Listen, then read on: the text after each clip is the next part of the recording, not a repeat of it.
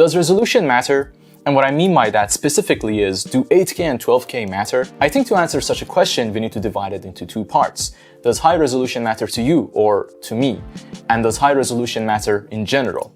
And the answers to that are no and yes. My name is Mohammed, and if you're new to this channel, please make sure to subscribe and hit that bell button to not miss any future videos.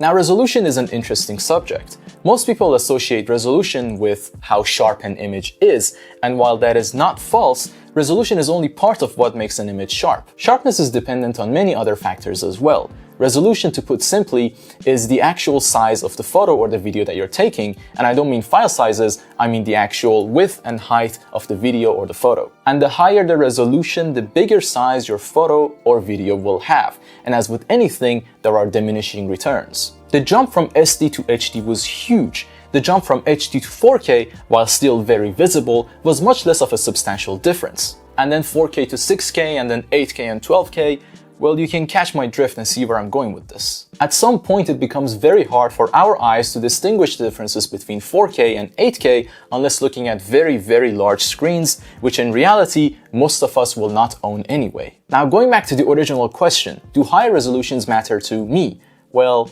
no, a good 10-bit 4K for my needs is still quite sufficient. And my needs are dictated by what my clients ask of me, and I can tell you with certainty that 90% of our clients do not ask for 4K delivery. Even though we do shoot everything in 4K and we do deliver in 4K, most of them end up asking for a lower size 1080p version. And the other 10% that do ask for 4K are usually clients that have projects for television broadcast. So for me, having an 8K camera is not really necessary at this point. Would it be nice to have?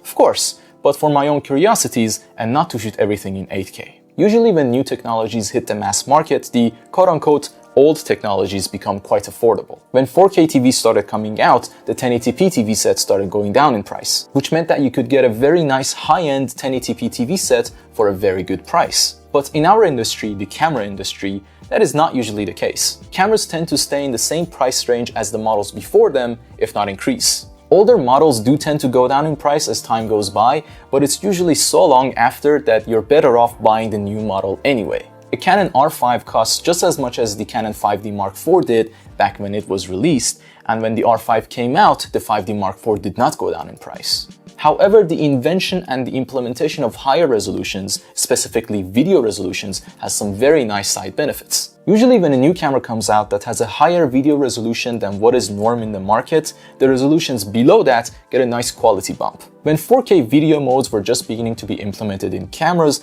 the 4K modes themselves were quite bare bones. Capped at 30 frames per second, 8-bit 420, and usually with a 30-minute record limit, that is, if the said camera could even reach 30 minutes without overheating first. It was in infancy mode, but the inclusion of 4K bumped up the quality of 1080p modes in those cameras. We got higher bit rates, higher frame rates, and even better color depth with 10-bit footage. And even today, good-looking 1080p footage still looks really good. Or look at the Canon R5. It was the first mirrorless, stills-oriented camera that could shoot 8K. And its 8K mode wasn't gimped at all, as it could shoot 8K in RAW, which is a very un-Canon-like move.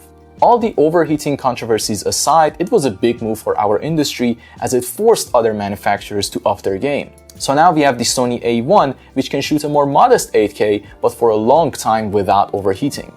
Another benefit of the 8K in the Canon R5 is the inclusion of the 4K HQ mode, which is an 8K image downsampled to 4K. So we can get a much better looking 4K image thanks to the 8K recording abilities of the camera. And for someone like me who doesn't need the extra resolution and doesn't want to deal with the humongous 8K file sizes, the 4K HQ mode is a very nice option, and that is something that, at least at this point, no other camera offers. And I didn't even mention the 4K 120 frames per second mode in the R5. While the high resolutions themselves might be of no use to you, the side advantages of such advancement in technology will most definitely be useful.